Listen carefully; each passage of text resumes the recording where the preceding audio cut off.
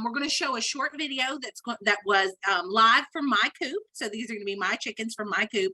I will say I have rural internet here at my house, so bear with us. Sometimes there's a little bit of a lag between my internet and what you guys are going to see.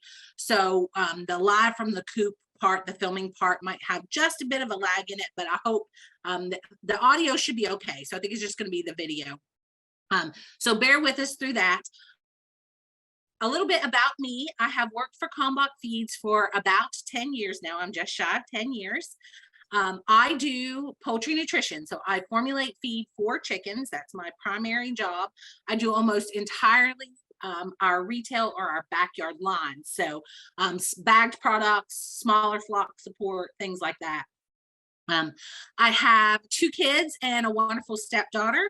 My husband and I live in Southern Ohio, in Crown City, Ohio, and all the birds you're going to see tonight are actually my birds. So this is kind of my passion, and luckily I get to work in my passion. So that's a good thing for me. But what we're going to do is talk about eggs today. Make sure you put all of your questions in the chat. We're going to try to answer questions from the chat first, so we give everyone who's here on the webinar tonight first shot at getting their questions answered. After that, we'll go through some of your pre-submitted questions. So I'm going to follow along in the chat. I'll try to answer as many questions as we can, and stay tuned, because at the end we will definitely go back and we'll hit every one of those questions. We'll go way up to the beginning of the chat. So as soon as you think of a question, go ahead and type it in, and we'll go in there and look at it. So really excited for this tonight. Hope it's really valuable for everyone, and I'm looking so forward to it. Thank you all for participating. Hey everybody, welcome back to my coop. I'm really excited today to talk all about eggs. So it's a kind of a rainy, humid September day today. It might rain on us here, but we'll make do the best we can. Today we're going to talk about how eggs are formed, tips and hints for how you can collect your eggs and set up for your coop, how to properly process your eggs. So should you wash them, should you not, what are some reasons why you would or would not, and then we'll go over some storage information. How long can you keep your eggs, where should you keep them, all of that kind of information. So I'm really excited to do this today. We're going to have a long question and answer after we tour the coop and we talk about eggs. So make sure you write down your questions, or if you want to, you can go ahead and put them in the chat. So go ahead, put them in the chat. We'll go up to the beginning and we'll go over those questions when we are finished. So first thing I want to talk about today is how an egg is formed. So when we talk about how eggs are formed, chickens are really fascinating to me, and eggs are actually formed from the inside out. So they start from the yolk and then they form the egg from the inside out. And you'll hear me say this a lot whenever I do seminars or I talk to folks. It's a lot easier to troubleshoot or to understand the process if we think about egg production for what it is. Egg production is reproduction. So if we think about it that way, a lot of the things about eggs really make a whole lot of sense. So let's go in the coop real quick. I'm going to show you guys some eggs and we'll talk about how that egg is actually formed.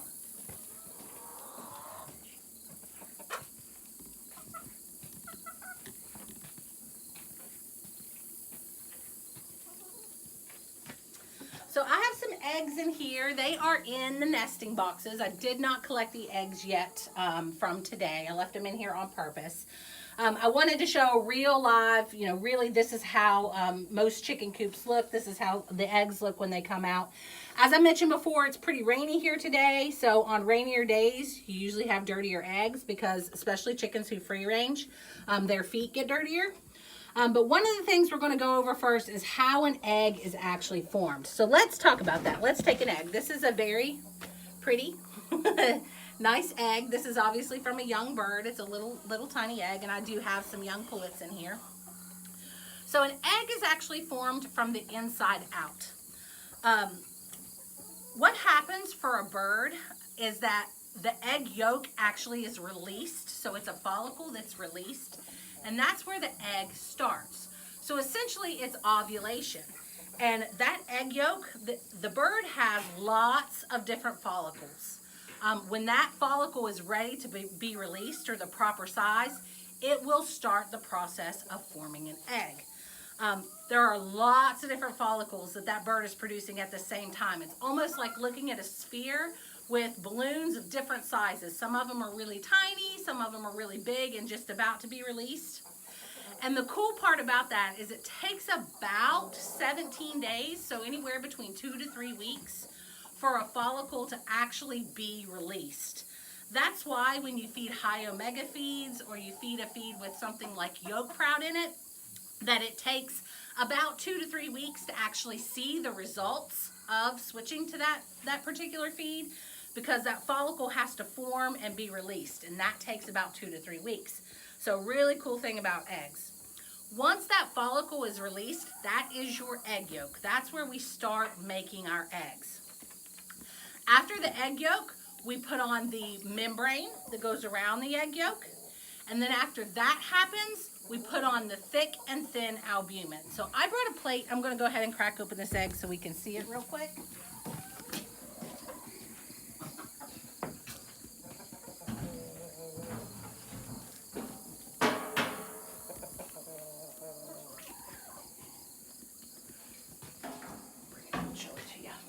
Bring it out better light here. So the first thing that forms is the yolk, a membrane over the yolk, and then we have our thick and our thin albumin. So this is the thick albumin, and this part is the thin albumin. That forms next. Then these little pieces right here on the side of the egg, see those little cords? That's called chalaze or chalaze, some people call it that. That's actually the purpose of those little cords, is to hold the yolk in the center of the egg.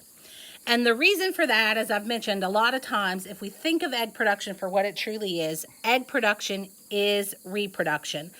That chick, that developing embryo, needs to be able to develop in the middle of the egg. If those cords aren't there to hold that in place, then the chick could develop up against the side of the eggshell, and then it won't be able to get out of the egg. It won't be able to properly grow, and it won't be able to get out of the eggshell. So those two cords are meant to hold that egg in the middle of the shell to keep it nice and centered.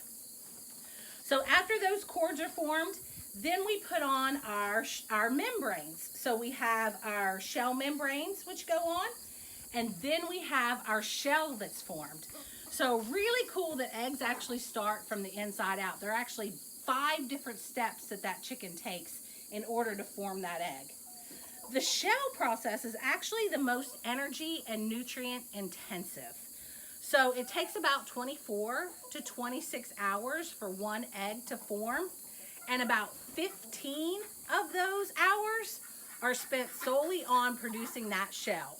So they do a lot of work. Stay right there, I'll bring the shell back up. They do a lot of work in order to make this shell.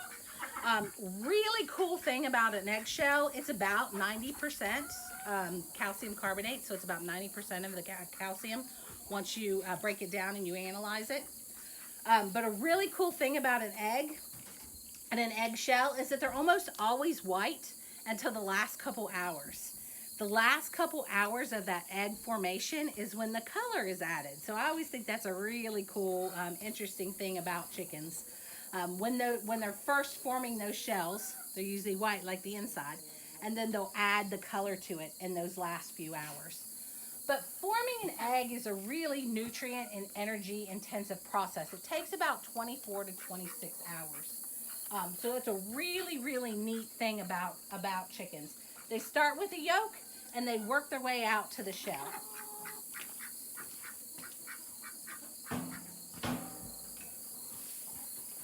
So let's go in and talk a little bit about some tips and hints for collecting your eggs, what to look for, some common things that happen.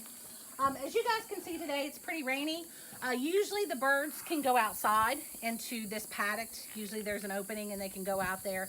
I have them locked inside today just so that they would be here when we did the filming. I didn't want to, I didn't want them all to be out free ranging the whole time. We'll let them out now and see if they want to go out. But, usually they're locked inside when they're doing this. So they, Usually they're allowed to go outside. When they do go outside, it's going to be pretty muddy since it's a nice rainy day. And so the mud on their feet, anytime you have a rainy day or a lot of moisture, usually always have eggs that are just a little bit more dirty. And I'll show you just some things about how to clean those up. So if you want to follow me this way, we'll look at the eggs.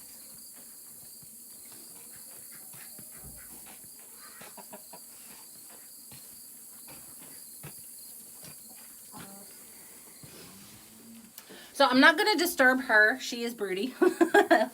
She goes broody a lot. She is quite the broody hen. But I will show you some examples of the eggs and, you know, kind of just some normal everyday things. I have plenty of nesting boxes. This particular side of my coop has 8 nesting boxes. The other side has 4. I have plenty of nesting boxes for the birds. As you can see, of these 8 nesting boxes, they only used 4 of them. So they definitely have their favorites and they pick their favorites. But one of the things I think is really important to consider when we're talking about collecting eggs and how to keep your eggs clean and safe for you and your family to use. I use pine shavings inside my nesting boxes. I like pine shavings the best. They absorb a lot of moisture. They're easy to clean out. I can turn them over. When they get wet, I can kick them out. This particular nesting box does have a lip on the front of it, so that keeps them from scratching them out all the way. If you don't have a lip, sometimes that can happen. They'll scratch them out. I've used straw or hay in the past. It's really cute and charming because they'll make like a nice little nest out of it. But I find that I get a lot of moisture and I get a lot of mud when that happens, and I get more dirty eggs. So I prefer pine shavings to anything else to keep my eggs as clean as possible, just because I can clean them out really easily, I can turn them over really easily, and they dry out really well. Okay, so let's talk about some really important things about eggs. So look at this egg, for example. You can tell that this particular bird had maybe some dirty feet, maybe there was some fecal matter inside the nesting box when she laid this egg, so it has a little bit of dirty material on it. One of the things people ask all the time is, should you wash or not wash your eggs? When that bird is producing those eggs, as I mentioned, if we think about egg production for what it is, egg production is reproduction. And if we think about it in that capacity, it makes a whole lot more sense. Everything about the egg makes a whole lot more sense, right? So right before that hen lays an egg, she actually deposits a protective coating on the outside of the egg. That's the last thing she does before she physically releases that egg from her body. That's called the bloom. A lot of people call it the cuticle. But the purpose of that is to protect a developing embryo. So remember, when a bird lays her egg and she's going to go broody and sit on her nest, like her, she's going to do that for about 21 days. And the embryo inside that egg needs to stay safe for 21 days, free of bacteria, free of pathogens. It needs to be able to grow and develop for a long period of time, a relatively long period of time, 3 weeks in ambient conditions. So perhaps this particular hen loves to go broody in her nesting boxes. Some of them do it in barns, underneath porches, so there are lots of different places where that can happen. Ducks and geese, for example, they like to go broody around bodies of water. So those birds have that protective coating on those eggs to protect the developing embryo. The nice thing about that coating is it also protects us because it keeps bacteria from entering inside the egg. Eggs are porous, so this egg actually has small pores. If you look at it under a microscope, you'll see those small pores. That allows air and moisture to move in and out of the egg. That's why the air cell gets bigger as the egg ages, because air and water are transferring in and out of that cell, or in and out of that egg. So the bloom actually protects it, but it's not foolproof. So anytime you have any kind of material on the egg, and there's any compromise to the bloom, and remember, the bloom is not foolproof. It's not 100% guaranteed it's going to protect you. It does it most of the time, but there are occasions when something might go wrong, or it gets wet, or gets wiped off, or rubbed off for some reason. Then that will remove the bloom, and you lose that natural protection. So one of the things I like to do when I collect the eggs is I come in and I collect them pretty much every morning. So most of your eggs are going to be laid in the morning. Most birds lay their eggs somewhere between sunup and about 10 a.m. So if my schedule allows, I'll come out here and I will collect the eggs after 10 a.m. That gives everybody a chance to lay their eggs, and I can go ahead and get them fairly early. So if I can do that, that's my favorite time to do it. I like to do it early in the morning, or sometime right around, right before lunch. If I can't do that, it's fine to leave the eggs in here for the rest of the day until I can get to them after work, and that happens a lot. The only detriment to that is on occasion you'll get an egg that's damaged by hens that are competing for nesting space. Or you might get a hen that actually starts pecking and eating her own eggs. That's a bad habit and a hard one to break when it happens. So that can happen from time to time. So I like to remove the eggs as soon as I can to prevent any of those problems from happening. I don't mind that she goes broody. It doesn't bother me too much. But if you really don't want your hens to go broody, collecting your eggs often is another way that you can kind of prevent that from happening. Or you can't really prevent it. Sometimes they're just really, really good broody hens. But it's one way that you can kind of discourage her from going broody. So those are some tips for inside your coop, where your eggs should be. We do get the question a lot about birds who just will not lay their eggs in the nesting boxes, and why not. So one of the things I want to point out about that is that hens prefer quiet, dark places to lay their eggs. So if you noticed in that particular coop, I have the nesting box as far away from the doors as I can get. You can come look at this one too. On this side. I put these nesting boxes, over to the side, not directly in front of the doors, not directly in front of the windows, because I want it to be kind of a dark, quiet place. So these birds obviously prefer this particular box. It seems to be the most dark, just from looking at the light here. So if they're not laying in their nesting boxes, make sure that you don't have your nesting boxes positioned right across from a window or somewhere where it's going to be fairly dark. So you want to avoid that if you can. Okay, so now let's talk about the age-old question, should you wash your eggs or not? So we're going to go back out here.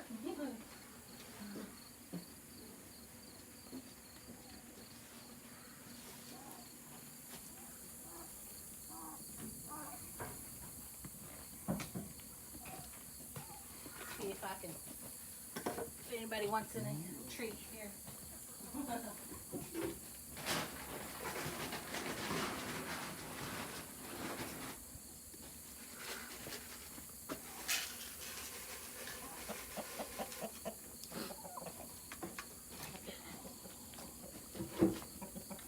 So the question of should you wash your eggs or not? Everybody has to do what they think is best for them and their family, the safest thing for you and your family. So the USDA tells you that you need to collect your eggs within 12 to 24 hours. They need to be properly sanitized and then refrigerated. That is for the safety of the consumers who are purchasing those eggs. The reason for that is, as I mentioned before, eggs are porous. Bacteria can get inside eggs. One of the main reasons why eggs should be refrigerated per the USDA is because refrigeration prevents bacteria growth. So refrigeration prevents any bacteria that might be on there from continuing to grow and breed. So that's one of the reasons why. I personally do wash my eggs, but I don't submerge them. And after you wash them, you have to refrigerate them. So that's one of the caveats.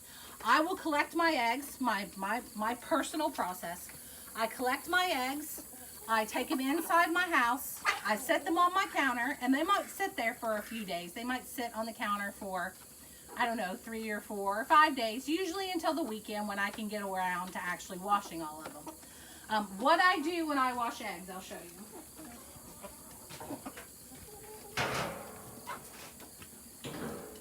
We're not going to go back in the house and do it. I think that's a little too far. But I'll show you from here. So what I do when I wash my eggs is I will use running water. I like my running water to be fairly hot, warm to the touch, almost as warm as I can stand it. I take a paper towel, and as that water's running, I will wipe off all the dirty spots.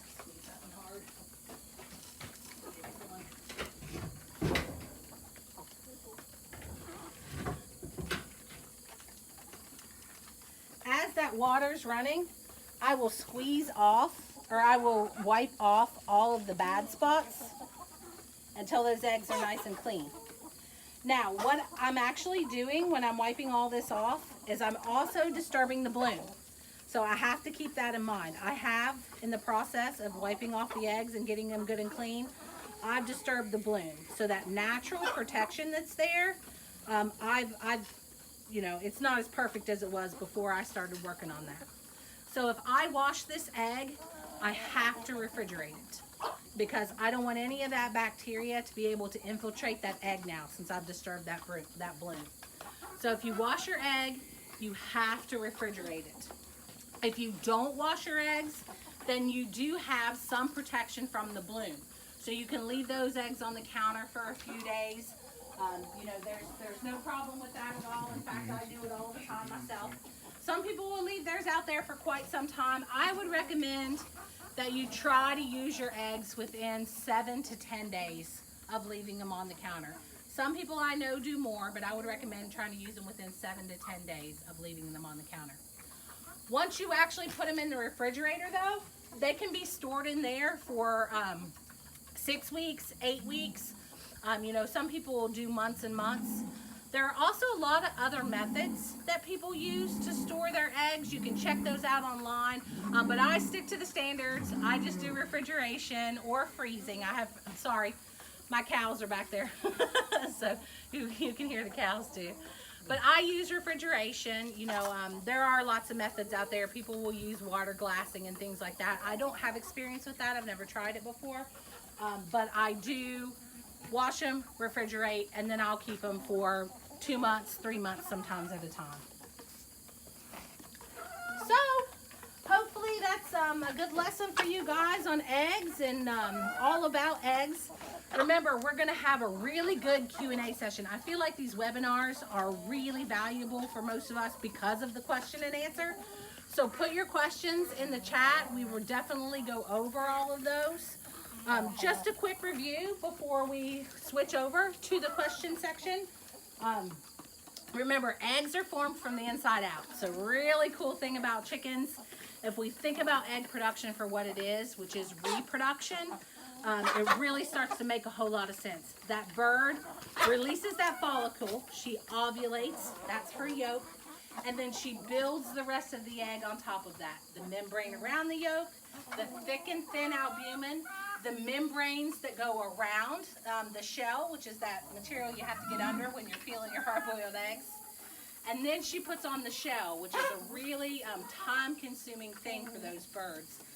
Takes them about 15 hours, if not more, to put on those shells. So really cool process about the birds.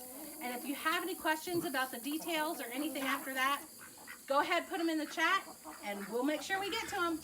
Thank you guys for coming out to my coop. I really appreciate it. Okay, so we're going to go back up to the top of the chat, and we will start answering questions. I'm going to answer every question that I come across. So hopefully, if you have one, make sure you put it in there. We will definitely make sure that we try to get to them. Okay, so iPhone 13 asks, why do I have one hen who can't lay an egg with a shell? So there are a number of reasons why that could occur. But you heard me say this in the video. You'll probably hear me say this quite a bit anytime that I talk about chickens. If we think about egg production for what it truly is, egg production is reproduction. Some of the problems that we have start to make sense. So if you have just one chicken who is not laying eggs with a shell, it's possible that you have one bird who's just not a very good reproducer. So that one particular bird just happens to have a defect in her shell gland. And so she actually does not deposit shells on her eggs. If that happens a lot, like you consistently have this one egg with no shell, it's probably a bird who has a defect in her shell gland. If you're just getting a here and there egg that has no shell, then it's possible that something just went wrong in that one cycle, that 1 day cycle, which is 24 to 26 hours. So in that one cycle, something went wrong along the way and she abandoned the egg and she's starting over with a fresh egg, and that one will actually be good and sound and solid. So a lot of times that's what's happening. It's just a fluke where something's gone wrong in a cycle, or it's one bird of the whole flock that just happens to not be a good reproducer. Okay, so Vicky asks, what causes other chickens to eat their eggs? So that's a really bad habit. A lot of times, egg eating and feather pecking, people blame on nutrient deficiencies, but I will say in the vast majority of cases, those are not nutrient deficiencies. They're boredom cases. So if your birds are eating a good quality, complete layer feed, then it's probably not a nutrient deficiency. It's more likely a behavioral problem. So birds will sometimes eat their own eggs or eat other eggs. If let's say perhaps you get a cracked egg or a broken egg and they see that and they start pecking on that egg and they associate that with a food source. It's one of the main reasons why I personally avoid feeding eggshells back to my chickens. I feed all my chicken scraps to my chickens except for eggshells. Eggshells are excellent calcium sources, but you need to grind them up so that they don't resemble an eggshell anymore. Because you don't want your birds to associate that with a food source. So sometimes it's just a really bad habit that birds pick up. There are different ways you can prevent that from happening. Collecting your eggs as often as you can. That's why I try to collect mine in the morning as soon as I can. And then of course in the evening when I put them away, I check the nesting boxes for any more eggs. Another thing you can try is some people have had success by putting those wooden eggs in the nesting boxes, and then the bird starts to peck on them and they're deterred from that hard wooden egg. So that helps a lot. There are some people who recommend putting hot or spicy things on eggs, but birds don't have great taste buds. They actually have very few taste buds, only about 1/10 of what humans do. So they don't taste the same way we do. So they might not be deterred with the same types of things that would deter a human. So some of those things, you can try the wooden eggs, but once that habit starts, it's really hard to break. So you want to make sure you do things to prevent it in the first place. Okay. Catherine says, do you know, I don't know if this counts as an egg question, but does cord have an egg withdrawal? And if so, how long is the withdrawal? So cord and amprolium are the same medication. Amprolium, so the vast majority of medicated poultry feeds that you're going to find on the market are medicated with amprolium. You will rarely find a medicated layer feed, but medicated starter and grower feeds are extremely common. That medication is usually always amprolium, and cord is amprolium. And that actually does not have an egg withdrawal. So that medication is broken down in the body of the bird differently than some other medications. So that particular drug doesn't have an egg withdrawal. You can check, it might depend also on the dosage. So make sure you read on the back of the cord bottle and make sure you look for withdrawals written there. But feed withdrawals, it does not have one. Antibiotics are a little different. Antibiotics are almost always going to have an egg withdrawal. And that's going to range based on whatever you're using. Usually it's about 2 weeks to 3 weeks. And this would have been a good question to ask the folks. Anybody know why it's 2 to 3 weeks? So in the beginning of the seminar, when we said that the follicle is released, and that's what makes the egg yolk, that follicle starts and it's a teeny tiny pin size, and it grows. And when it's ready, it's released, just like ovulation in any other animal. It's released, and that's the beginning of your egg. That's your egg yolk. And it takes about 17 days. It takes between 2 and 3 weeks for that follicle to be released. So that's sometimes why your egg withdrawals are about 2 to 3 weeks, because that it has to take that long to grow. So you have to make sure that you've released all the follicles. So sometimes that's why that happens. Okay. Kate G asks, do you have any tips with how to stop a broody hen? Okay, so a few things you can do. One of the things you can do is try to make the bird uncomfortable. So a common way you can do that is with wire cages. Wire cages have the wire bottoms. You put the bird in there. It's just not a very comfy place to actually make a nest. It's unlikely she's going to be very, very good at actually sitting on, not scratching or damaging her eggs on a wire cage. So that can sometimes stop a bird from going broody. Collecting her eggs often can help you stop her from going broody. Disturbing her, which can be a way that it actually causes a little bit of stress to get down a broody hen and make her go outside and stuff. But that stress can cause her to stop going broody. I have actually inadvertently made a lot of my hens stop going broody by moving them.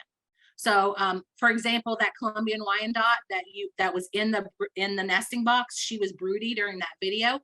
I have moved her before, trying to get her out of the nesting boxes and into a better location for her to sit on her eggs. And just the action of moving her to a different pen was stressful enough that she abandoned her eggs. So those are some things you can do. If you don't want broody hens, the best suggestion I can give you is to pick a breed that does not have a tendency to go broody. If you don't want broody hens, don't get silkies.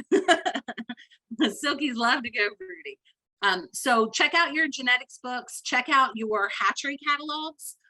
They will usually always have a column when you're trying to pick out what kind of chicks you want on, are they likely to go broody or not? Yes, no, infrequent, those kinds of things. We also have some tools that can help you choose, but if you don't want broody hens, try to pick breeds that have a tendency not to go broody. And there are a lot of breeds out there who have a tendency not to go broody. Okay. Melissa asks, is there any particular food item that helps hens lay more eggs? So the very best thing you can do to help your hens lay the most amount of eggs to maximize their genetic potential is to give them a complete layer feed. Now, I have actually found that it's become more and more common as people consider their poultry as pets. I myself am kind of there. I consider my poultry pets. They don't all have names, but some of them do. So poultry as pets, I've found, has become a lot more common for people to feed their birds like they do their pets, which is in meals. But poultry feeds are actually designed to be fed ad libitum. And ad libitum means free choice. The feed is available to them at all times, and then they can eat when they're hungry. This is specifically or especially true for layers. You can do some restrict feeding for broilers and breeders, but for layers, most of those feeds are designed to be fed what we call ad libitum. There's feed available to them at all times. So a good quality, high quality, complete layer feed for those birds is the best way that you can maximize their egg production. There's no real way that you can take a bird that has a genetic line that's not a great layer and make them a great layer, because we can do a lot with nutrition, but we can't overcome genetics. So another thing to consider if egg production is really your goal is to look for those breeds that are really good high producers. Those are often our leghorns or our leghorn crosses, like our Bovan Browns and our cinnamon queens. Those types of birds are leghorn crosses, and they're usually really, really good egg producers. Okay. I'm a big fan. If you didn't notice in the video, I love the standard breeds. I'm a big fan of the Rhode Island Reds and the New Hampshires. I have lots of Wyandottes. Those are I'm a big lover of the big standard breeds. The nice hardy chickens are my favorite. Okay, let's see. Woo. Now we're where people were trying to win the prizes. Gotta get through that.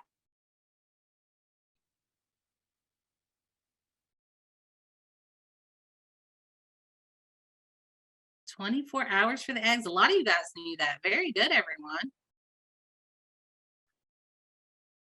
Very, very good. About Orpingtons, those are mine. Go down here.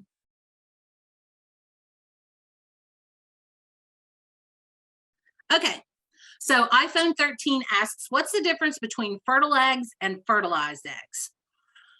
So a lot of times those are going to be the same thing. A fertilized egg is an egg where you have an egg that has been fertilized by a mate.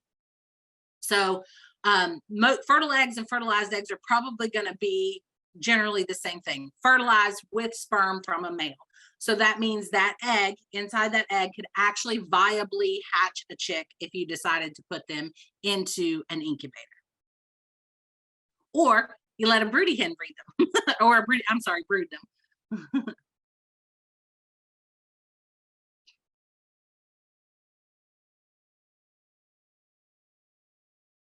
And that's actually done fairly early in the egg formation process, not to get off track here, but once an egg is fertile, so if that hen has been around a rooster and she's been exposed to that rooster fairly early, like it's the second step in the egg formation, if there's actual viable sperm, that's where that egg is going to be fertilized. And then it moves down the track to actually put the rest of the egg together. So it's fairly early in the process when that happens.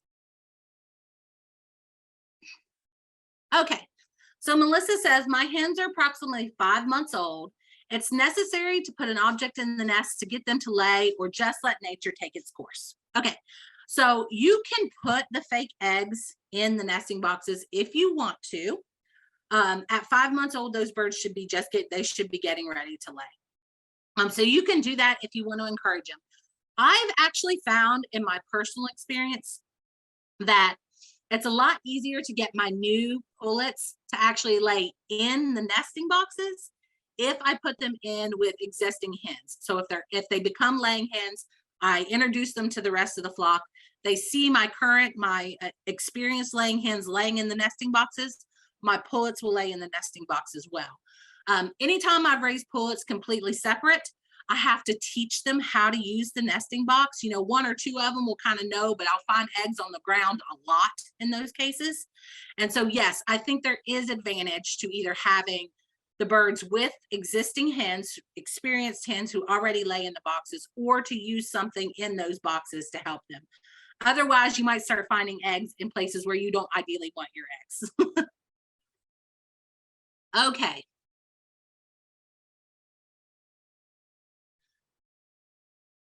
Okay, placeholders, okay. iPhone 13 asks, how do you get more orange yolks? My customers think orange yolks are better. So the color of an egg yolk is strongly influenced by what that bird eats. And that color is actually derived from a compound called xanthophyll. Xanthophyll is naturally found in plants. It's found in grasses, it's found in corn, vegetables have xanthophyll. And that xanthophyll is what gives that yolk its color. Carotenoids are a type of that. So it's what gives that yolk its actual color. In order to get a deeper, richer color, birds have to eat components that are higher in xanthophyll. Forages can be high, so birds that forage can have higher, darker colors. Corn actually has a fair amount of xanthophyll in it. Lots of vegetables have xanthophyll, and then our yolk product is actually a vegetable and flour extract product that helps make those darker colored yolks. So if you look for our Yolk Proud seal on a lot of our layer feeds, not all of them have it, but our higher tier layer feeds, our 17% layer, our high omega, our full plume feathering feed, our hen house reserve, those all have yolk proud in them, and that helps enhance that yolk color. So it gives it a richer, more vibrant color.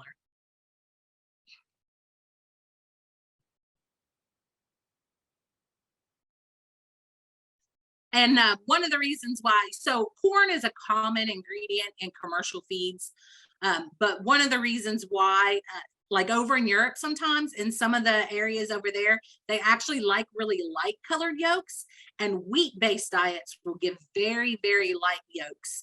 I actually like a darker colored yolk. I'm a yolk proud fan myself. So if I'm ever using a feed that's not yolk proud and I see that fading in the color, I'm always like, oh, it just doesn't look nearly as appetizing to me. I like those nice, vibrant yolks. Okay, so Michaela asks, what makes the eggs turn different colors? So that's actually genetics. The color of an egg's shell is associated with the genetics for that particular hen. It's also associated with the color of their earlobes.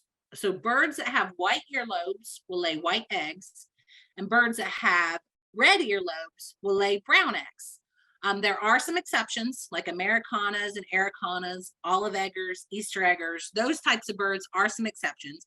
But generally speaking, white earlobes, white eggs, red earlobes, brown eggs.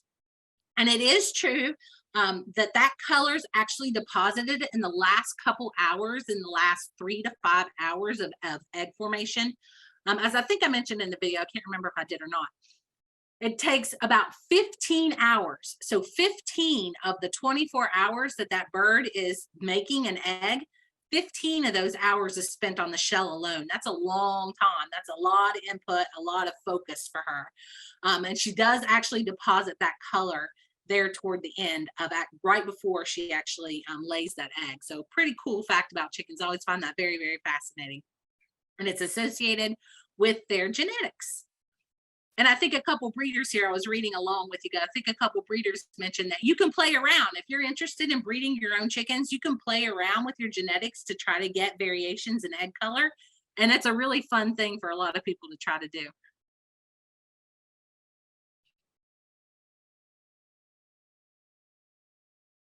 Okay. Okay, so Aaron asks, what is the hen to nest box ratio? You need one nesting box for every 4 hens.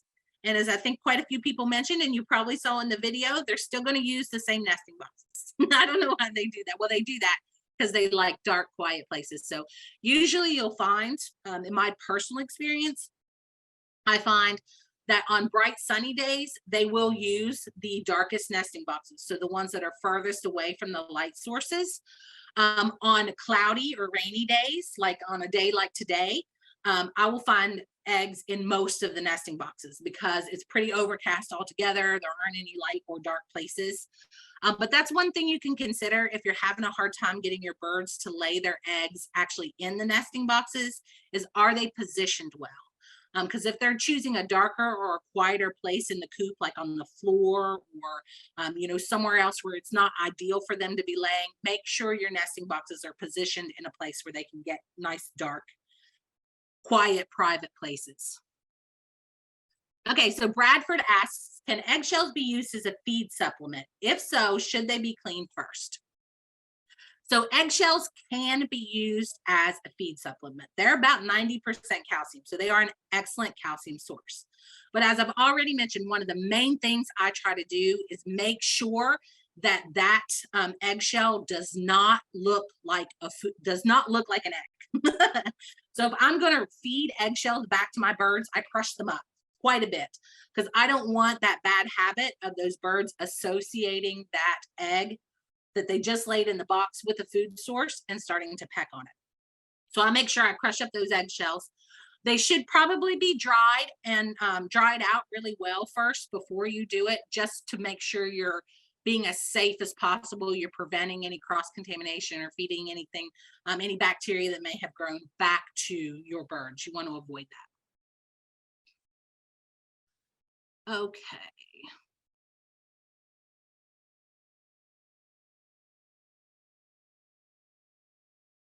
Do you have any thoughts on the use of iodine to help with egg pecking or eating? I have never done that. I've never used it.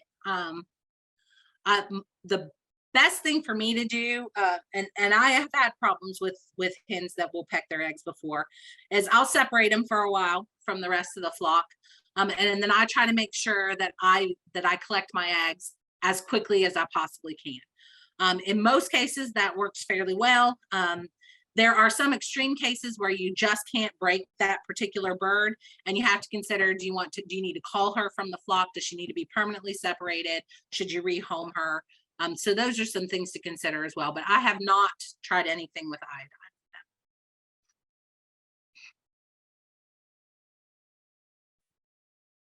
Okay, so Chris R asks, how do you sanitize? I do not currently sell any. So that's actually a really good point to make. The recommendations that I told you guys in the video, that's what I do personally. I do not sell my eggs. If you are selling your eggs, then you need to abide by all the federal, state, and local laws where you live. So there are different laws for each state. So some states you have to register your eggs, you have to candle them, you have to grade them before you can sell them if you have so many birds. Some states you can have a whole lot of birds before you actually have to do anything. So if you're going to sell your eggs, then make sure you're abiding by all those rules. Make sure you know what they are.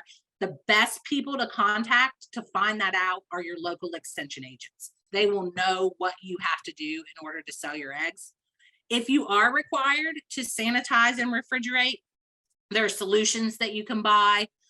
They sell them at most farm supply stores. You can buy them that'll help you sanitize your eggs. And then you can have them cleaned, properly refrigerated for sale. So just check with your local extension agents. They'll definitely be able to help you. I do not actually sanitize mine, as I mentioned. I just clean off the dirty material and then I refrigerate them. If they're not dirty, sometimes I don't even clean them off. I just stick them right in the carton and stick them in the refrigerator. And I do that primarily because I want to keep I want to keep the eggs from downgrading. So they will downgrade as far as the size of the air cell a lot faster out on the counter than they will in the refrigerator. So I actually choose that method because I want to keep them, I want to keep the air cell as small as possible for as long as possible.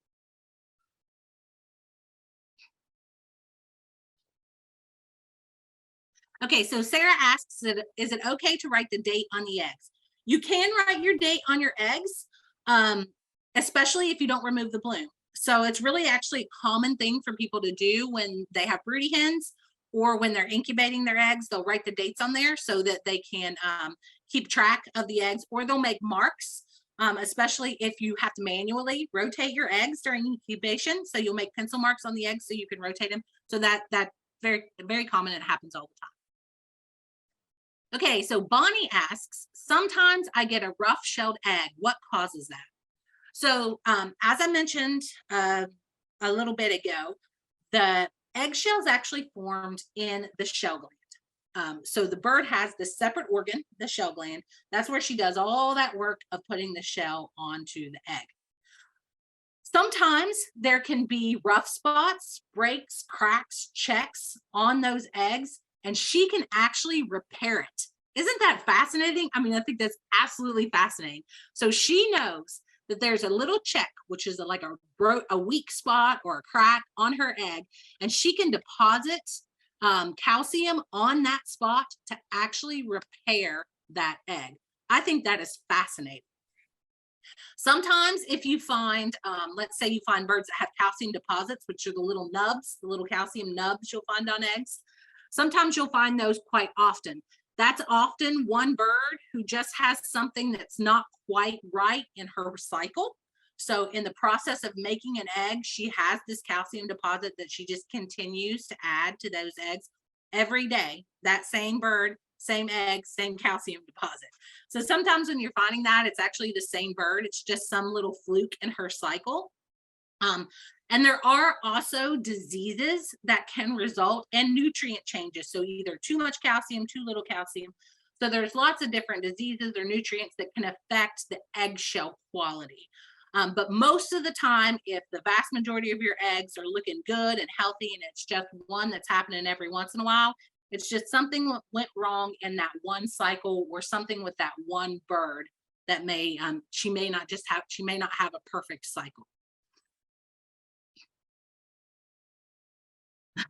Do all chickens act like little raptors? Yeah, they do. They kind of do. I know a lot of people love that about chickens. Okay. If you do not wash your eggs and then you put them in the refrigerator, then you must not let them warm up on the counter and sweat. That is correct. Yes. So if once you refrigerate your eggs, they need to stay refrigerated until you use them. So if you do refrigerate your eggs, don't take them back out, put them on the counter and leave them out there. Once you refrigerate them, they need to stay in the refrigerator. What you want to do is you want to prevent moisture. You want to prevent those pores from opening up and sucking in anything that might be on the outside of those eggs. And it's not just the outside, everyone. I think it's really important to understand. It's not just the outside of the egg that might be a problem. There are lots of diseases, lots of problems that can happen internally, infections in the reproductive tract that can cause problems inside the egg. So there's a problem in the egg before she even lays it. But one of the most common ways that bacteria can get inside of an egg is from the outside. It can come from the inside too, but the steps we can take are for the outside. Okay. How do you handle hens that peck on eggs in the nesting boxes? So whenever I see that happen, I will separate that hen. I make sure I pick up my eggs as often as possible. You can also try those wooden eggs as a deterrent. So she pecks on those and it kind of hurts because she's not getting anywhere. So those are some things that you can try to prevent that from happening. If you do find broken eggs in your nesting boxes, clean them up as soon as you can because you don't want to let those birds kind of get curious and start pecking. And they are relatively curious. So you don't want to let them try to get curious and start pecking. So if you find a broken egg, clean it up as fast as possible. Take it with you, throw it in the trash. Don't just throw it down on the floor of the coop or out to let the birds peck on. And make sure you remove temptation if you can. How do double yolks form? Oh, this is a good one. This question's from Rachel. Okay, so I love double yolks. So double yolks actually form, they're kind of like twins. So when that follicle is released, she's actually releasing two follicles at the same time, two yolks that are actually ready to be released. Both of them are released, and then she starts the process of making the rest of the egg around those two yolks. This is really common in young hens who they don't have their reproductive cycle isn't perfect yet. It's really not settled in. Just like, any animal, the younger and the older ones, their reproductive cycles are not great. Either they're not mature and not on schedule yet, or they're getting older and so they're getting out of sync. So double yolks are actually more common in very young hens and very old hens where they're at the beginning or the end of their reproductive cycle. And so there's just something that's not perfect in that particular cycle and you get double yolks. Nothing wrong with them, perfectly safe to eat. They're actually a nice little treasure and a treat to find. I actually made a bunch of hard-boiled eggs not too long ago and almost half of them were double yolks. I was excited.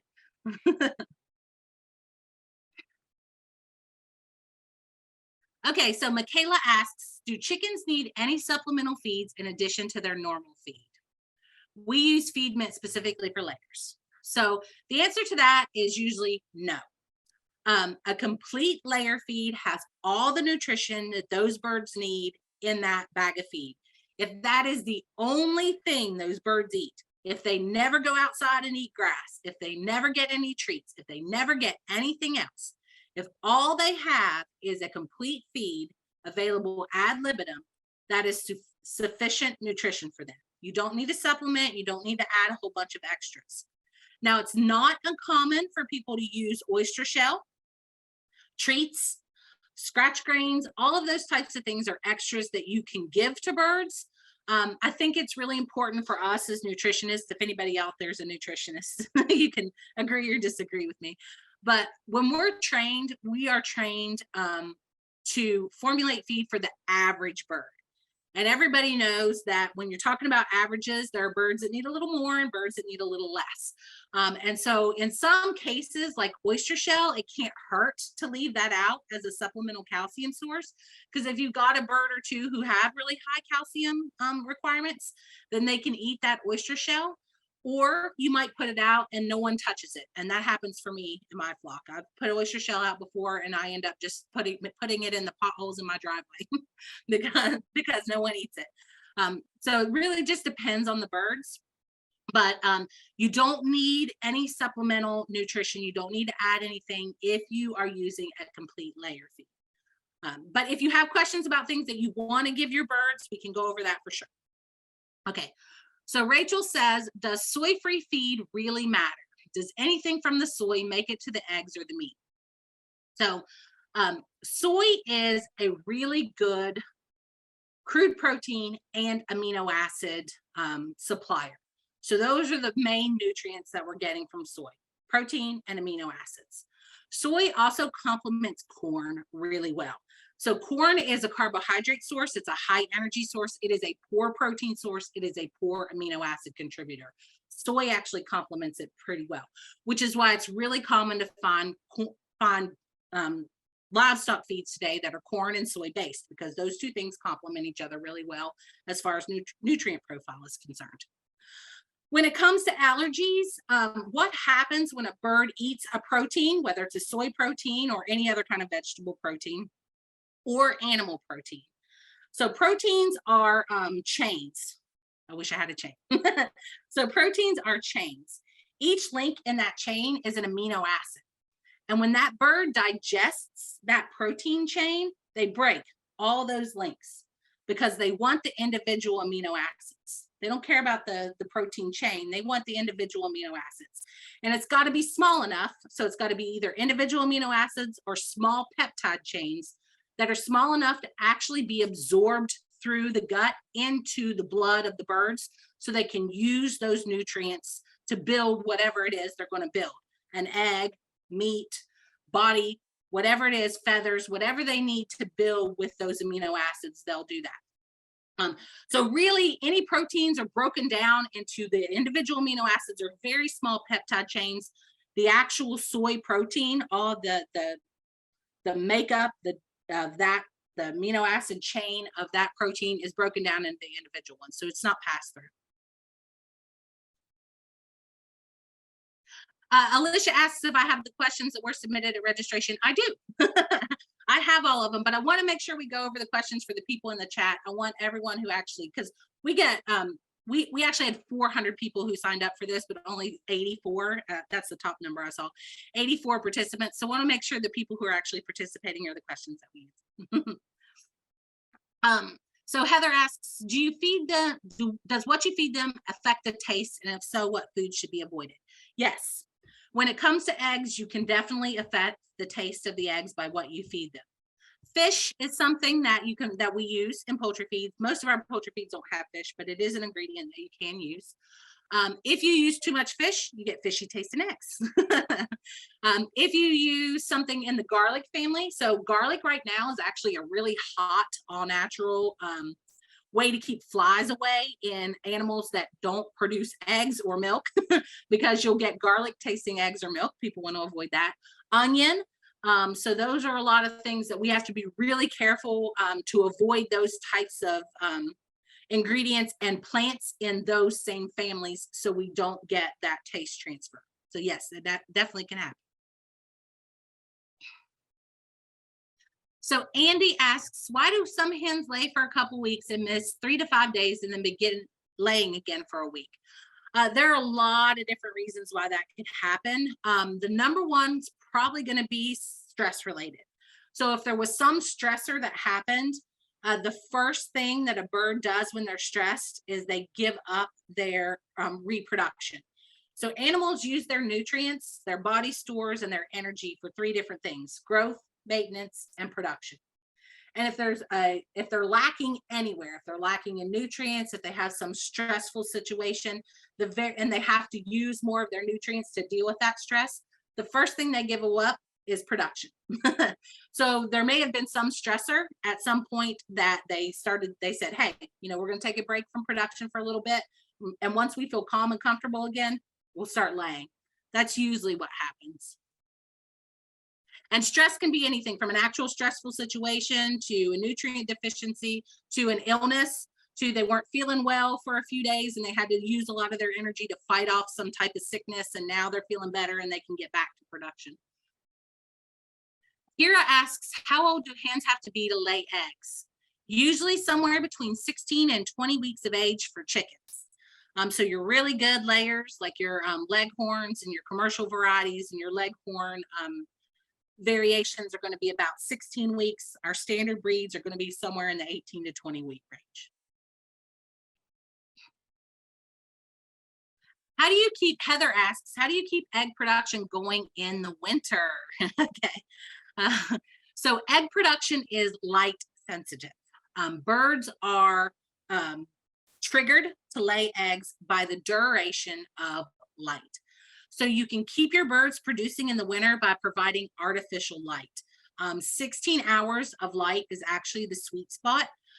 When we think about, and if you guys go and look at and watch our seminar about molting, which was from last winter, we covered this actually quite a bit. So if you go and look for that one, you'll get some really good in-depth information about that. But they are light triggered. And so when the light starts to decrease in the fall, the birds are like, oh, okay, this is my time to molt and prepare for winter, when the likelihood that I will be a successful reproducer is very low. It's too cold, nutrients are gone. And so they'll stop laying at that time. But if you trick them into thinking that the light is still 14 to 16 hours, then you can keep them producing over the winter.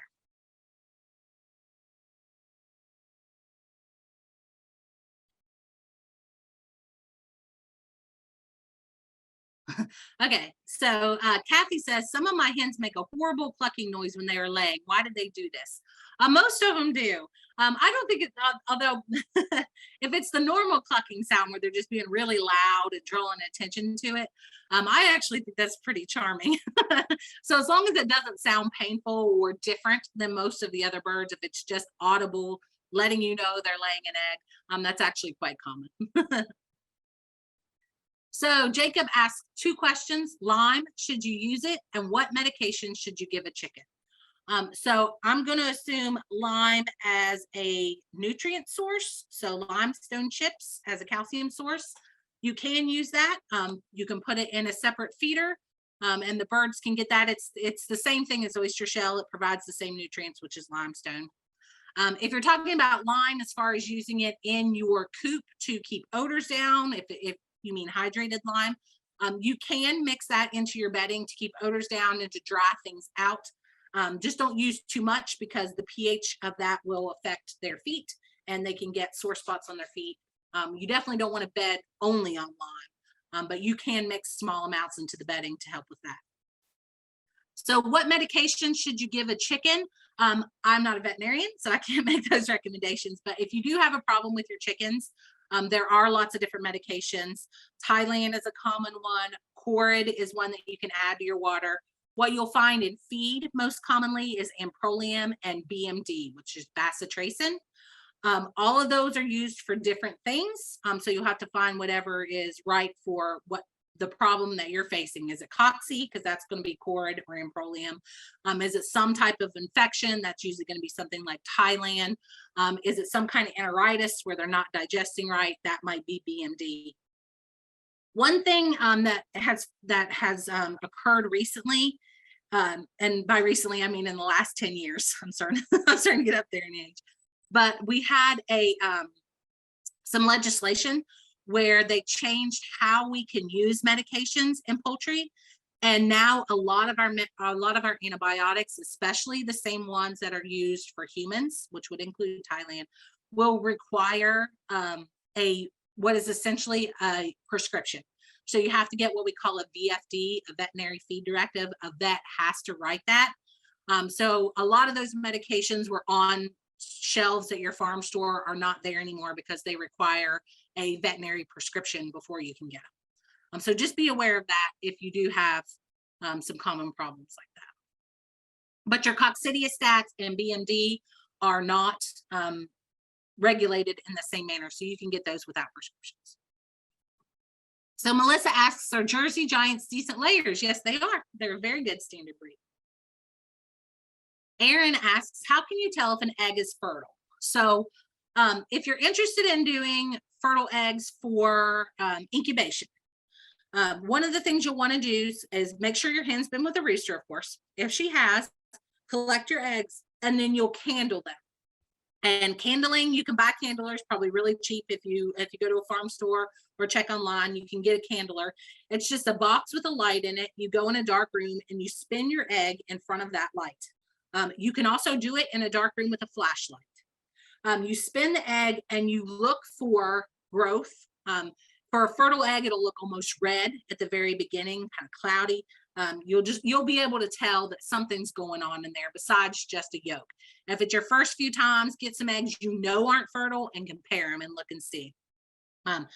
If you just want to know if it's fertile when you crack it out, like to make your breakfast, this is I do this for every single egg I ever crack out, because I have roosters. If you saw, I have roosters actually in my flock. So when I crack out the egg, there's going to be a little teeny tiny pin size, just the tip of a pin, white dot in your egg yolk.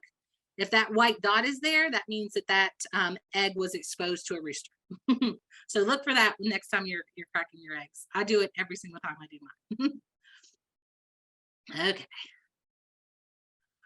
We have 68 new messages. I'm not even I'm gonna stay. If you guys stick with me, I'll stick with you. Okay, when incorporating new hens to your flock, do you need to be careful? This question comes from Doris, and yes, Doris, you do. So when you incorporate new hens into your flock, you're going to have to reestablish a pecking order. So kind of neat how some of that stuff kind of comes back around. That's the where the term our pecking order comes from. It comes from our chickens. So I find when I'm introducing new birds to a flock, if you check out some of our other videos on YouTube, we do go over this. I think it was the last seminar where we went over that. But one of the things I find is I try to raise the birds side by side where they can see each other, but they can't get to each other yet. And then I will free range them out together. When they're free ranging out together, I'll start with just an hour or so in the evening. I'll let my existing flock out all day. And then like an hour or so before it's time to go back in for the evening, I'll let out the new birds. And they'll kind of free range out there at the same time, but they'll stay separated. But they're aware of each other and they kind of slowly come back together. I find that to be the most gentle way of incorporating new hens. What you do not want to do is just bring home new hens and throw them in the coop with your existing flock. They will definitely fight if you do that. Another tip people have given me that seems to work fairly well is if you're going to do that, if you have no other option, if you have to bring the birds home and introduce them to your existing flock, is to do it at night. So the birds are already up on the roost. There's more of a slow wake up, and it's not such a rough, throw them in there and have at it type of thing. So yeah, you do have to be careful when you're doing that. You also have to be very, very careful that you're not spreading disease. So that's another really important factor to consider there.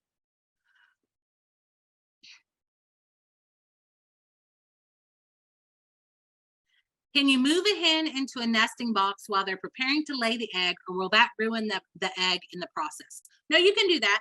And I've actually flushed them out of the nesting box before, and they'll squat right down on the floor of the coop or right outside and lay the egg right there.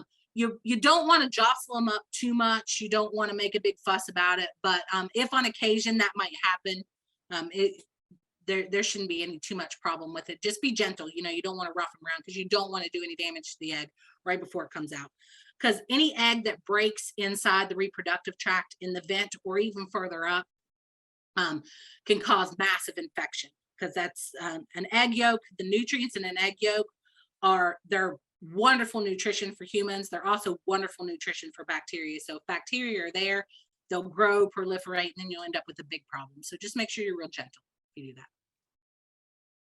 Giving layer feed to hens, does it matter to the roosters? Okay, that's a good question. Kind of a loaded question. So I'll tell you the history. So most people, and even when I started in this business, which was about 15 years ago, most people who had chickens had laying hens, and that's what they cared about the most.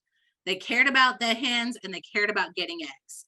And the rooster, he was just there kind of along for the ride. So he ate whatever the hens ate. Layer feed, that's what everybody had. That's what the rooster got to eat too. Now, as more and more people think of their poultry as pets, they want to make sure that they're feeding their hens and their roosters an appropriate diet. The thing about layer feed is it's extremely high in calcium. It has about 3 to 4 times as much calcium as a starter grower feed or a maintenance feed, because laying hens need that calcium to produce high quality eggshells. Roosters, on the other hand, don't need that calcium, right? So if we're forcing them to eat a layer feed, we're forcing them to overeat calcium, and they have to digest that, and they have to excrete that excess calcium. That can, over time, be very taxing on an adult rooster's digestive tract, primarily his kidneys. So that your roosters could run into problems with feeding a layer feed for his entire life. It is one of those things that may happen, it may not happen, and it can take years to happen. But for people who consider their poultry as pets, they want to make sure that they're feeding their roosters appropriately too. He is an important part of the flock and not just a byproduct like it used to be back in the day. So there are a lot of people who want a feed that's appropriate for hens and for roosters. One of the things you can do is you can feed a good quality starter grower feed or a maintenance feed with a supplemental calcium source like oyster shell or limestone in a separate feeder. So everybody gets that maintenance feed, and then the hens get the supplemental calcium. If they want it, they can eat it, type of thing. Not perfect, but it's a good compromise. Another feed you can use, and this is the number one recommendation I make when I get this question, is Hen House Reserve. Hen House Reserve is a complete layer feed, but it has independent sources of calcium in it. So the hens get everything they need to lay high quality, good quality eggs, and the roosters can self-regulate their calcium consumption, so they can leave out some of the calcium sources, choose not to eat it, and they actually do that. They are good self-regulators. So they can actually self-regulate a little bit on that feed. So it's really one of those things that's good for the hen and the rooster. So those are a couple of options. And the reason why that's kind of a buzz right now is because a lot of people consider those roosters a vital part of the flock, and a poultry as pets. You know, they want to do the best for everybody. Okay, so Lee asks, how do you keep your rooster from being too aggressive with the girls? All right, there are a couple things to consider for that one. The first is that you need a proper hen to rooster ratio. So you want 10 hens for every 1 rooster. That should give him enough of a range where not one hen, he's not overbreeding 1 or 2 or 3 or 4 hens. Even in the perfect ratio, you will have a rooster who does have a couple hens that he seems to really favor. So there are a couple things to consider for that. One thing is to check his spurs. Are his spurs getting really, really long? Is he causing damage with his spurs? They don't often do that, but they can, and you can take steps to actually file off those spurs, or at least the sharp points of the spurs, so it's not so damaging. One of the things that I like to do to make sure my roosters aren't aggressive in their breeding, of course, is to have enough hens out there and then give them a lot of range. So if you have the option to let them free range, let them free range, give them lots of space. That helps if you have feather pecking problems too. So give them lots of space to get out and free range, and then they can get away from him if he does seem to be particularly aggressive, and stay, kind of get their distance. So those are a few things you can try. As far as just aggressive roosters, one of the things you want to try to do if you have young birds. So if you go and get 10 birds at your feed store and you think you're getting 10 pullets, they're usually fairly accurate, but they're about 90 to 95% accurate. So if you go and get 10 birds, sometimes you'll end up with 1 rooster in that group. And in that case, as you notice that he's starting to be a rooster, interact with him a lot. If he does seem like he's going to be aggressive as far as temperament, not aggressive as far as breeding, but aggressive as far as temperament, one of the things I make sure to do when they're fairly young is if I see that he wants to challenge me, I do not back down. I stand my ground. I'm the top of the chain type of thing. Not mean or anything like that, but those are some things when they're very young you want to do. Handle them often, interact with them often, and those are good ways to prevent aggression as far as temperament in your roosters. Okay, so Chris and Julie say out of the 12 eggs we collect, one egg yolk seems darker in color than the others, and they all eat the same feed. Curious, why is that? It could be a number of different things. It could be that that particular bird forages more efficiently, so they eat more forage than anything else. Could be breed, so that particular breed tends to have slightly darker yolks. Number of different things that might cause that to happen. If you have different breeds of chickens, I would say that it's probably one of those two things. So Kim P asks, any additive help with getting more fertile eggs for hatching? So yes. So there are breeder specific feeds that are out there. So fertile eggs are kind of an anomaly, a little bit different when we think about breeders. So we talk so much about layers, how important layer nutrition is and everything. Well, a hen is only one half of the breeding, she's only one half of the breeding equation. So the nutrition of the male is really important when we're talking about fertile eggs. The nutrition of the female, of course, is important, but the male is also very important. So there are feeds out there that are breeder specific. So they are formulated specifically for birds that are in breeding programs. They usually have higher vitamin and mineral content. Vitamin E is one of the big ones. Selenium is one of the big ones. Those are all really good antioxidants.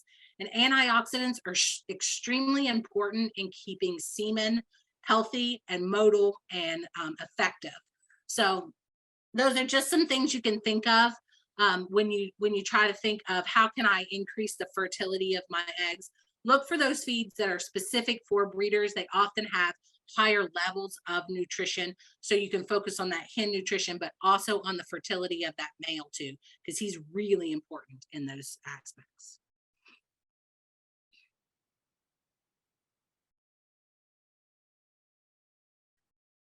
So Carrie asks, how do you store the eggs? In a carton? Yes. And everyone I know saves their egg cartons for me. So anytime I go to visit someone, they give me their old egg cartons. So that is how I store my eggs inside my refrigerator. I put them in egg cartons, stick them in the fridge. On my counter, I actually just store them in a egg basket, or in any kind of, you'd be surprised. I'd be embarrassed if you knew how many eggs that I collect in old coffee cans. So just anything you can find, you can collect them in, just to store them until you do what you're processing with them. But that's typically how I store mine. So David asks, what makes tiny little eggs? Your pullets will actually lay little tiny eggs. So your first egg, so if you're a first time chicken keeper, you're about to get your MVP trophy here. So if you're a first time chicken keeper, the first time you go out there and you see those little teeny tiny eggs from your new pullets, the very first eggs they lay, they're so small, and it never gets old. It doesn't matter if this is the first time you've raised pullets, or this is the 100th time you've raised pullets and they start laying eggs. When you see those first little tiny eggs, you are so excited and you are so proud of your girls. So the tiny eggs usually come from your young birds, or if you have an experienced flock, this is a flock that's been around a while, they know what they're doing, and all of a sudden you get a tiny egg. It's probably something that just went wrong in that reproductive cycle. She said, oh, this is not a good cycle. And then that they'll actually lay little teeny tiny eggs on occasion for that too. And it's just that one cycle went wrong. Usually the next egg is perfectly fine. Okay, so Melissa asks, is it okay if my chicken is brooding on a fake egg? And if not, should I remove it? So if it's the only egg, I would not let her just brood on that one fake egg. The reason for that is when that chicken goes broody, she actually eats very little. She drinks very little, like only 20% of what their daily requirement is. So she is using a lot of her body stores for that incubation period. And if that's a fake egg, if there's no fertile egg under there at all, then she's going to be expending all of that energy for naught. And that can be very stressful for a bird. And so I would not recommend letting her just sit on fake eggs. I'd try the old bait and switch, see if you can stick some fertile eggs under there. It's fine if only 1 or 2 of the eggs are fake, but she has 1 or 2 actual fertile eggs. That's no big deal at all. But I wouldn't let her sit on eggs that are not fertilized or fake eggs at all, just because she is going to use a massive amount of her body stores in that process.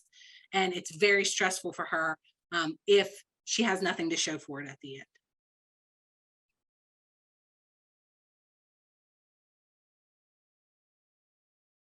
Okay.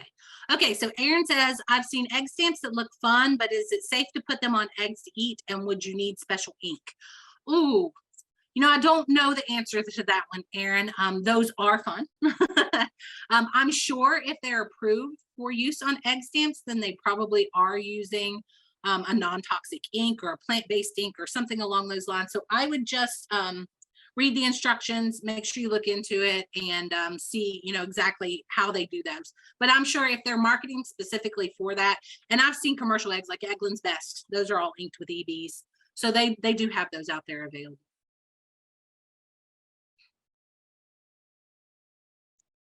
Okay, so Janae asked me, what type of chickens do you have? All right, I have lots of different types.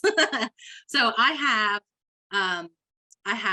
Wyandottes. I have lots of different Wyandottes. I have silver laced, golden laced, Colombians, and partridge laced Wyandottes. I have some, oh my goodness, isn't there? I have Rhode Island Reds. I have some Barred Rocks. I have some Jersey Giants. I have some Cinnamon Queens. I have some Bovan Browns. I have lots of different. And then that Colombian Wyandotte, she actually gave me 4 chicks this year, which are crossbreeds. And then if you guys watch the chick webinar, and I think we did it in April, at the beginning of April, you should have seen those chicks. They were out there. They were part of the flock now. They just started laying their little eggs. So those guys were Americanas, and let's see, some Sapphire Gems. So all those guys are out there. And then I had the ducks. I hope you guys got to see the ducks. They're fun too. So the ducks are out there.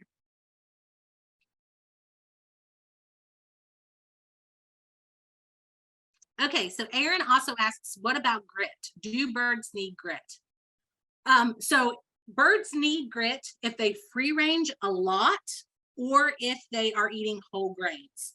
Now, the thing behind free ranging is if they're free ranging, they're probably picking up their own grit. So little rocks, little pieces of gravel from your driveway, things like that is grit. And so the birds that they're free ranging are probably picking up grit in that manner. If you feed any kind of scratch grains or whole grains, then you might want to consider grit as a way to help them digest that. But they don't need supplemental grit if you're just feeding a crumble or a pellet. So the point of grit is to actually help grind up the whole grains. But in the process of making crumbles and pellets, we actually grind that up for them. So they don't have to do that work with their gizzard and their grit. We actually do the work for them. So grit does have its advantages, but it's not something that you have to feed if you're feeding a crumble or a pellet. If you're feeding Hen House Reserve, we actually already have grit in that formula for you. Okay, so Chris and Julie say, I haven't seen it on the Kalmbach's website, but do you have a mini pellet feed? We do. We have a 22% showbird, so it's called Fancy and Feathered. It's a mini pellet. And then our most popular mini pellet is our full plume feathering feed.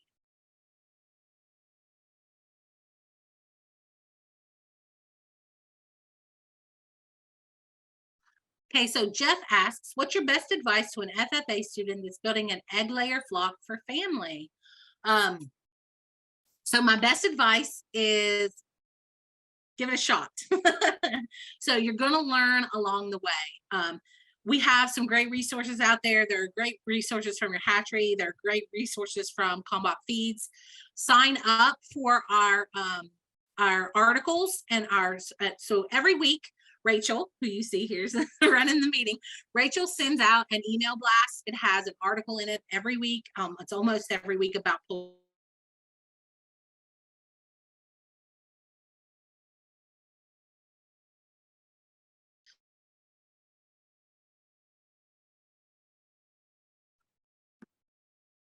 and get started. Start a little smaller. So if you're going to start from the very beginning, I'd start with 6 or 12 chicks. Try that out first, see how it goes, and then you can always build on that as your experience improves. So that would be my biggest suggestion. So Doris says, does heat cause stress in chickens? Yes, heat does cause stress in chickens. In fact, heat probably causes more stress than cold. People really worry about cold, but heat causes a lot. It can cause a lot of stress. So a few things to consider. When it's hot outside, birds need a lot of water, and they need water that's cold or cool. So it has to be lower than their actual ambient body temperature.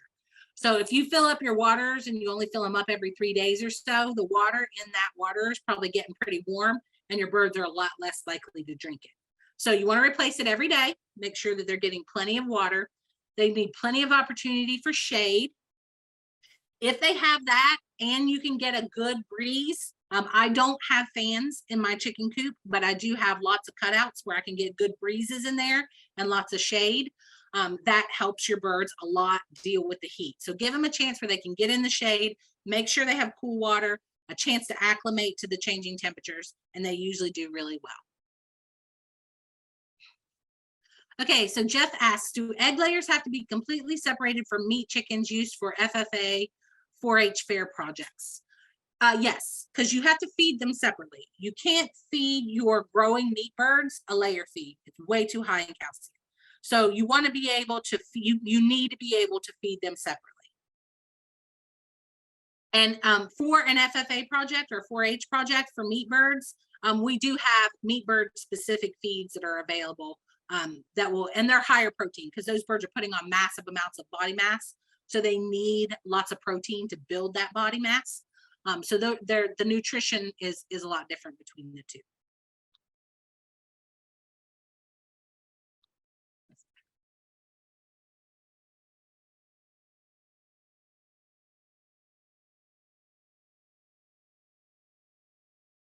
Okay, so Robin says, so if you feed Henhouse Reserve, there's no need to feed supplemental calcium or oyster shell. You do not have to. Henhouse Reserve is a complete feed. So all the nutrients that those birds need is in that feed. You can feed oyster shell, so there's no detriment to giving oyster shell in a separate feeder. Don't mix it into your current feed, put it in a separate feeder. The birds may eat it, they may not. So if they're not eating it, don't be alarmed. That's actually a good thing. That means the nutrition of their complete feed is where it's supposed to be for those particular birds. So they don't have to have it, but you can if you need to.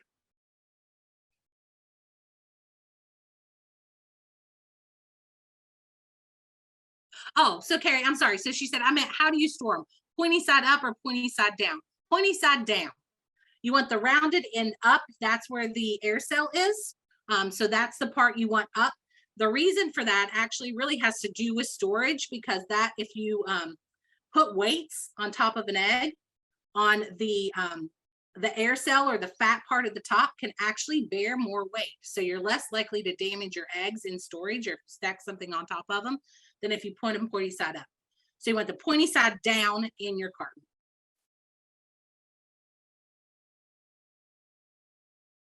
Michaela asks, how long should you allow the hen to brood out a clutch? It should take her 21 days after she sits down on the clutch. So after she's finished laying the eggs, it's about 21 days. If I notice my hens are going broody, I'll make a note. 21 days, I'll give her 3 or so days after that. A really cool thing about chickens is you can actually hear the chicks pet or peep inside the egg. So like a day or two before they're about to hatch, you can gently pick them up, you can tap on the egg, and you can hear the chick peep back at you. And so that's when you know you're just getting ready to hatch. So it should be 21 days. I usually give mine 26, 20, 25, 26 days. After that, I really start to wonder if something's gone wrong, if her eggs were not fertile, if the embryos died during the process. And in that case, you can candle the eggs to check for that.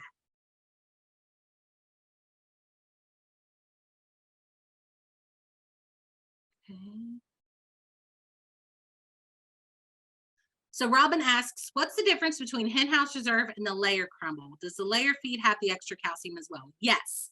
So the nutrient profiles of those two feeds are extremely similar. Both are complete layer feeds. The biggest difference is Hen House Reserve has the whole grains that you can see, whereas the layer crumble or the layer pellet, we actually grind everything up to a similar size, mix it together, and we make the pellet. And then if you have a crumble, we actually make a pellet and then we crumble it so that you get uniform shape and size in all of your feed pieces for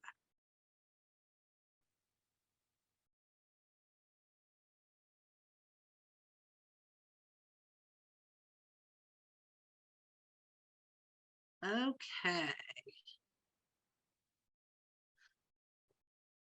Okay. So Michaela asks if the eggs haven't hatched, do you pull the eggs? If they have not, and I've given her plenty of time, candled them, and I know they're not viable, I do pull the eggs.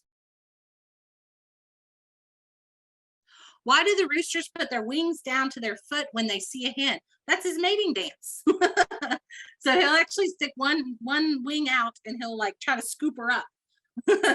So that is actually his mating dance. And the hens will squat down and prepare to receive the rooster. And if you have a flock and you don't have roosters, they'll do that for you too. When you walk up to them, if you have all hens, oftentimes they'll squat down like that because they associate you with the dominant one.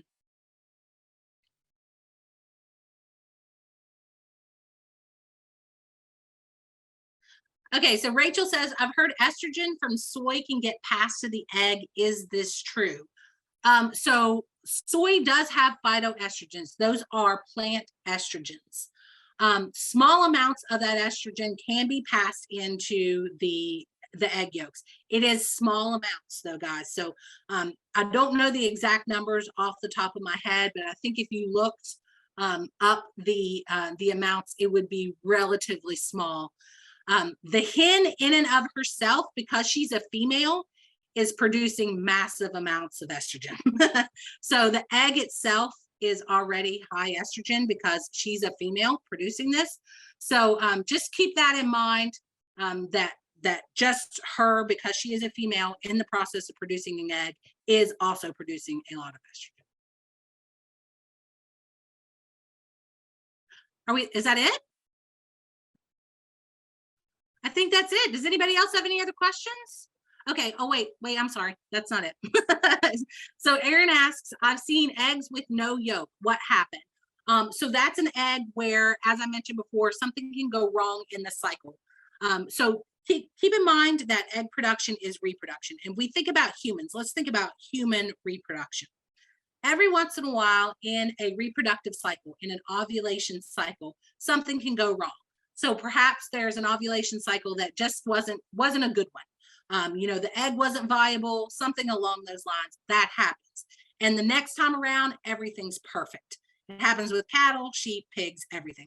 Also happens with chickens. So that one cycle, which lucky for us in chickens is only one day, something just wasn't very good in that particular cycle. There was a problem with that particular egg, but the next time around, everything will be fine. And that happens quite a bit.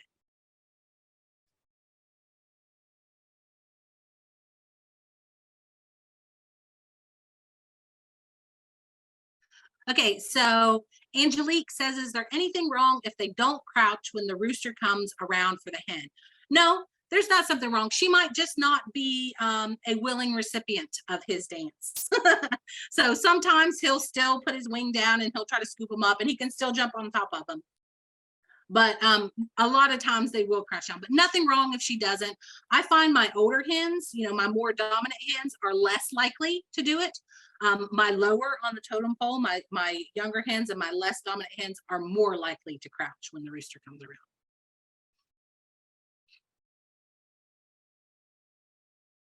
Okay, so Heather asks, if you cross egg layers like brown with olive, what color eggs will the babies lay? It would depend on the genetics of the two breeds that you're using. Reach out to folks who are currently breeding those particular breeds and see if they can tell you what they get. It might vary. It is definitely going to vary depending on what particular breeds you use. But there are some really cool crosses, and a lot of people, that's just fun for them. I have mixed breeds in my flock. I'm gonna guess at least 12, maybe 15 different breeds in my flock, and they're all intermingled. And so any breeding that happens from my roosters to my hens is all crossbreeding. And so I never know what I'm going to get. And that's one of the fun parts for me, about letting my birds go broody, is I like to see what I get. So sometimes it's kind of boring and they all look the same, and sometimes they all look different, and it's kind of fun. So Doris says, some of my girls have lost feathers. Is this molting, and will they grow back? This is the time of year where molting is starting, and yes, they will grow back. If the feather loss is all right on the back, right along the top of their backs, called the saddle, that's more likely loss from the rooster. And so those feathers will grow back, especially when the mating season starts to die down. They don't mate nearly as much in the winter, but they are most prolific in the spring. So yes, those feathers will grow back. Keep good quality feed to them, make sure they can get all the nutrition they need, and those will probably come back. Molting happens in phases, so it starts in the neck and it works its way down. So you'll start to see scraggly looking necks, scraggly looking heads. I am just now starting to see that in my flock. And so that's the first sign that the molt is starting to happen. So Kiera asks, would Cornish crosses lay eggs if you start them on layer feed? They will. But Cornish crosses are bred to be meat chickens. And because of that, they have voracious appetites, and they will eat and eat and eat and eat and eat. And so in order to take Cornish crosses that actually can be layers, you often have to restrict feed them. And one detriment to keeping Cornish crosses is that if they do eat and eat and eat and eat, they can sometimes get health problems, like they get too big. Their body mass gets bigger than their skeletal conformation can handle, and you run into problems with their legs. So they're not great options. If you're looking for layer feeds, they're not great options, but there are things you can do if you have Cornish crosses and you want them to lay eggs. It just requires a lot more management. Okay, so Stacy asks, what heat source do you recommend for my young girls in the winter? Actually, Stacy, I don't recommend any heat sources. So depending on how young your girls are, if they are fully feathered and they have a chance to acclimate to the changing temperatures, most birds do not need any supplemental heat in the winter. I live in Ohio. What I do is I allow my birds to acclimate. So it's going to start getting cooler. I'm going to allow those birds to stay out with that normal change in temperature. They're going to drop their old feathers. They're going to grow new, healthy, strong feathers that can trap heat. That's the whole point of a molt. And when they do that, they're going to be well prepared to get through the winter. They need to have a coop where it's free of drafts, so no wind's blowing in there. It's dry. And then if you do that and they can get up on roosts and sit right beside each other, you most likely do not need a supplemental heat source. So Kim asks, have you heard that a hen has the ability to hold semen for 1 week? Is that true? Yes, that is true. Actually, even a little bit longer than that if she wants to. So if you have a particular rooster that you want to breed your hens with, you need to keep her separated from any other roosters for at least 2 weeks before you introduce her to the rooster that you want her to breed with.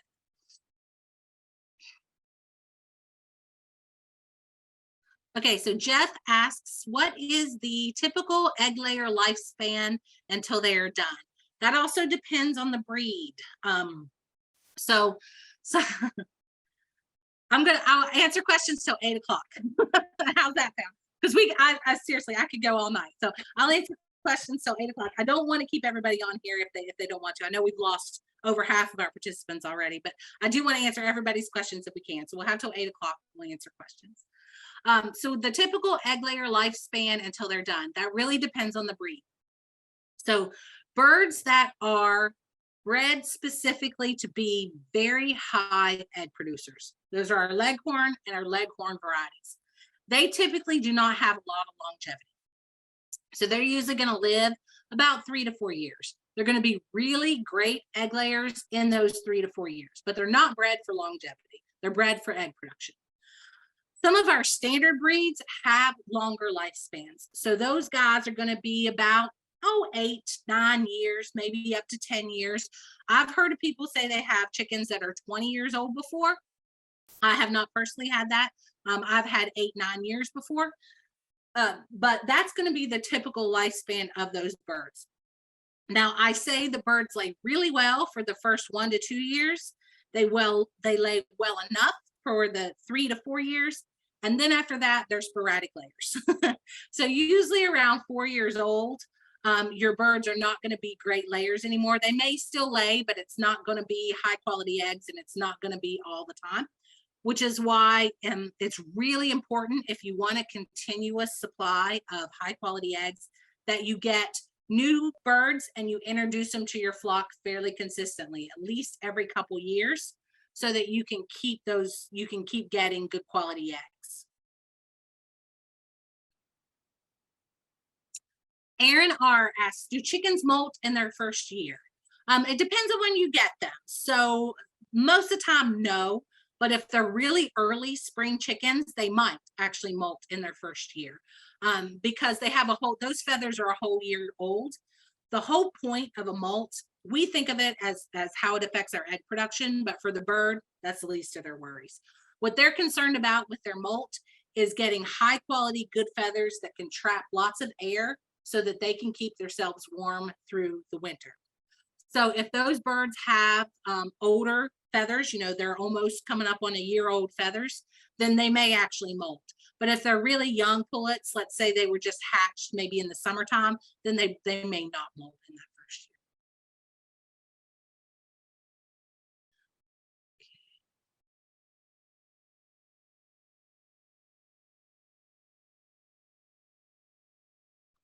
All right, guys, I think that's the bottom of the list. Does anybody else have any more questions before we say goodbye for the night? All right. Well, I really appreciate everybody hanging in there. Okay, Angelique, go ahead.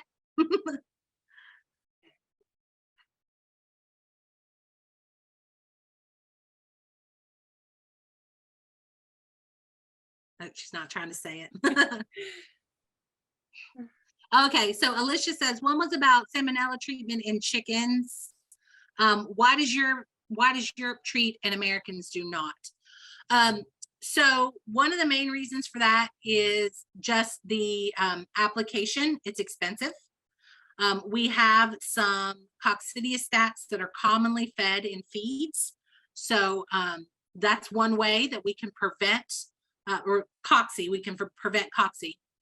Europeans don't wash their eggs and sanitize their eggs.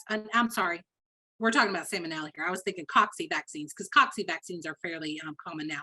This is salmonella treatments. So Europeans typically do not wash their eggs. And because they don't wash their eggs, then they do lots of salmonella treatments. Americans, the USDA, if you have an egg, if you are a commercial egg layer and you have an egg processing facility, you must sanitize and refrigerate your eggs. The primary reason for this is to prevent bacteria growth, including pathogens like salmonella. So because we refrigerate, that's our method for preventing that growth. You can still get salmonella in eggs if you have poor sanitation in your feed or poor sanitation in your chicken houses. So mice and rats are one of the main vectors for transporting salmonella to chickens. If you see mice and rats, that's a bad thing. You want to definitely try to take care of that in your coop, because they can pass these diseases along. So that's one of the main reasons. It's because how we process our eggs after they're laid.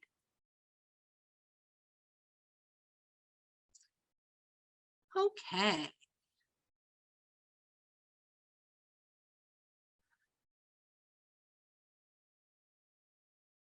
Okay, so Angelique says, my chicken started laying just a couple weeks ago. How long is the day span until she lays another egg on average as a new layer? So she's a new layer. She should be fairly prolific. So she's at the peak right now of her reproductive capacity. Right now, she is the most reproductive she is going to be. So she should lay about 1 egg every single day, depending on the breed. If you have a breed that is bred specifically for egg production, our leghorns and our leghorn variants, they are our best layers. The really, really good, really efficient commercial layers will lay, they have about 95% efficacy. So they will lay 1 egg every single day, 95% of the time. Some of our standard birds, our standard breeds, are a little bit less than that. They might be 1 egg. You might get 5 to 6 eggs out of them a week, maybe 4 to 5 eggs. It really just depends on the breed. So look up your particular breed. There is information in online or in most hatchery catalogs that will tell you what you can expect from them. Most of the time, it's going to be written as eggs per week. So she'll lay 5 to 6 eggs per week, or she'll lay 4 to 6 eggs per week. But really, really high producers, you're going to get 1 egg every single day. That's max. And then we go down from there depending on the breeds.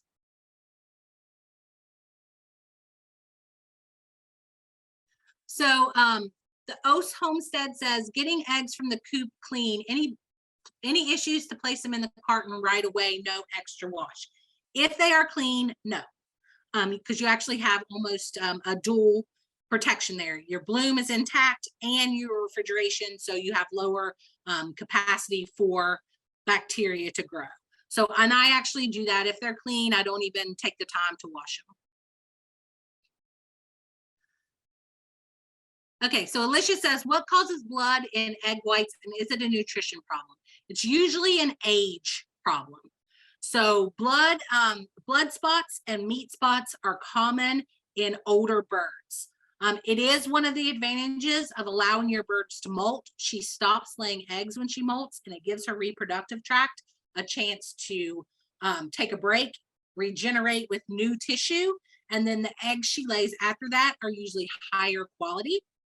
So a lot of times older birds will have this problem, or if it's just one bird, like I said before, it could be something in that with that one bird in her cycle that's just not great. There's no danger in eating a bird where you find a blood spot or a meat spot. Those are just normal tissues that are inside of the bird, but they don't look beautiful when you crack them out. I understand that. Okay, guys.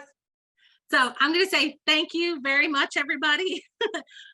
One day, Rachel and I will actually get this down to the time that our bosses tell us it should be, but I don't think it's going to be anytime soon because I can't stop. But I appreciate everyone hanging in there with us. Thank you so much for your time. Reach out to Rachel, reach out to myself if you have any other questions, and we really appreciate you. Thank you so much for being here with us.